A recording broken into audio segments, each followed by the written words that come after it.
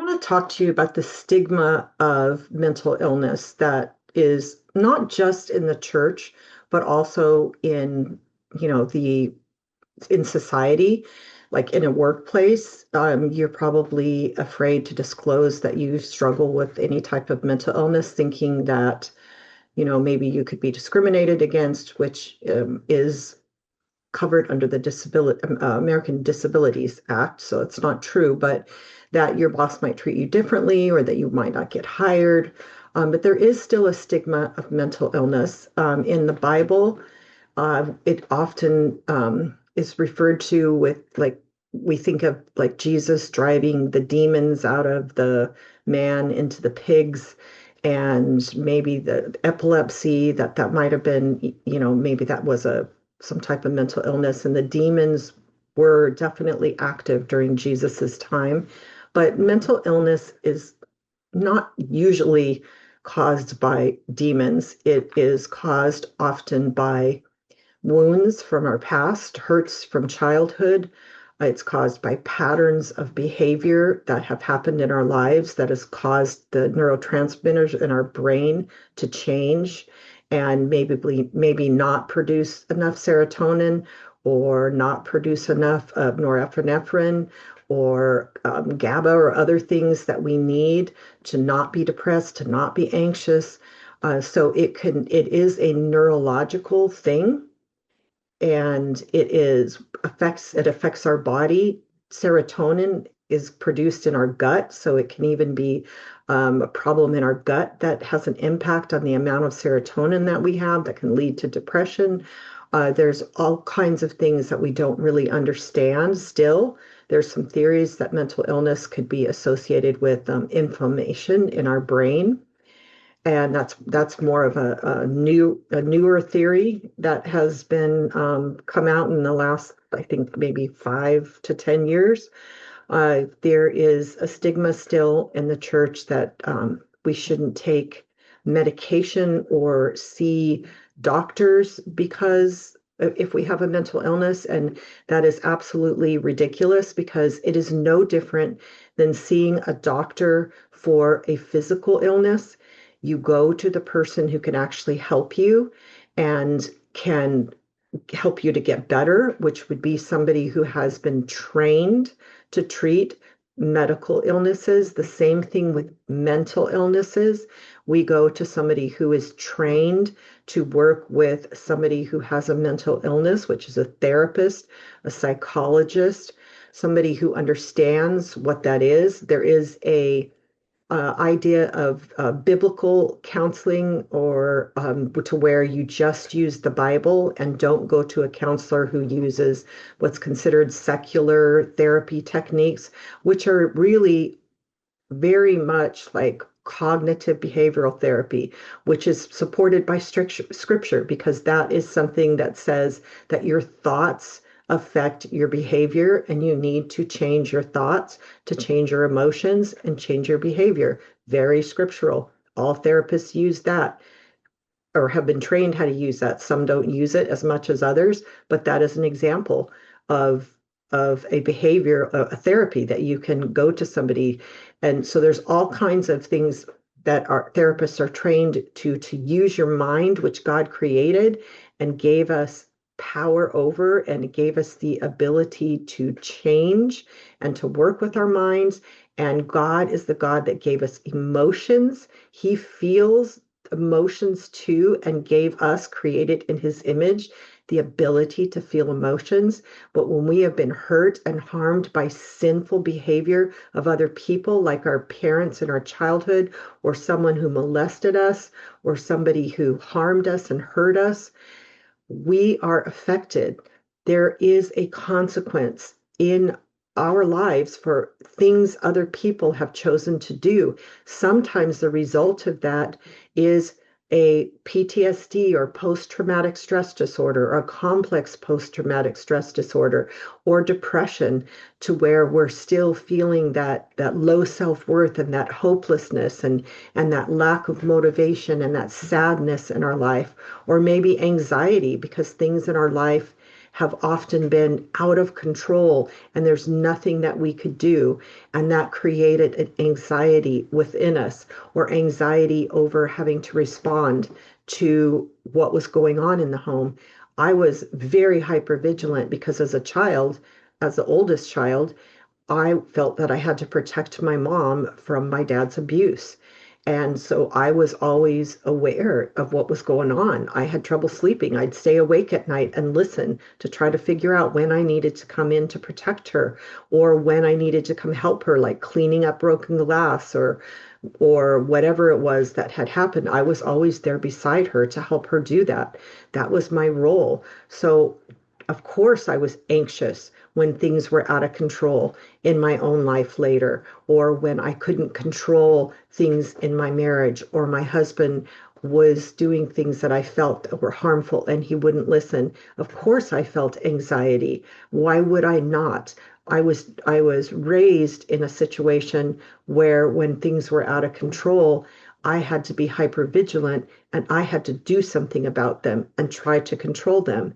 So same thing with fear. If you are in a constant state of fear, which is like a or or fight or flight, which is a basically just a fear response that God put in each of us. It's there because He created us with that. Animals and insects have it to protect them. It's recognizing that there is danger. Our lower brain, before we even know it, responds to danger and alerts us. And then that fear can become something that we're so used to living in. And it can get to the point where it's a mental illness, where we have so many fears that we struggle with obsession compulsion. So there's so many ways that mental illness can occur in our lives. And remember, the categories of mental illness are categories that are man-made. They are ways of organizing behavioral patterns that they see, that they classify into a mental illness. And that mental illness then gets a name. And then we look at those behaviors and say, okay, this person that has that mental illness, it's not like it's a thing that God said these are mental illnesses, or that it's something, that is, beyond, like I said, it's just, I don't know how to say what I'm trying to say, but it's like we gave it a name. People that had studied it, people in that field got together and they categorized the different behavioral patterns they saw in people who were struggling with their mind or struggling with their emotions, both of which are given to us by God, and also God has given us the ability to do things with those to make changes. Some of us really struggle, like I said, because it's ingrained behavior, or it's harm that was done to us through trauma, or it's neurochemical in our brain, or somewhere, somehow in our body with things that are going on. We don't have to fear those things. We need to get to a place where we can be honest and be open selectively with safe people, not with everyone. No one is entitled to know what is wrong with us. We do not have to confess it or tell people. My daughter has a service dog, and to bring a service dog into places, you are supposed to have a need, which it's a psychiatric service dog. You're supposed to have a need to have that dog. And people are, without thinking, they'll ask, like, well, what is your service dog for? Like just a person in the store. And my daughter has gotten to the place where she says, I'm not comfortable telling you what my illnesses are, or my mental illness is. And one time, to a lady, she said, would you be comfortable telling me what all of your weaknesses are and what all your physical illnesses are? And the lady said, no. And it's kind of like, you don't have to confess. You don't have to tell people. You only tell safe people. Now, can you take medication?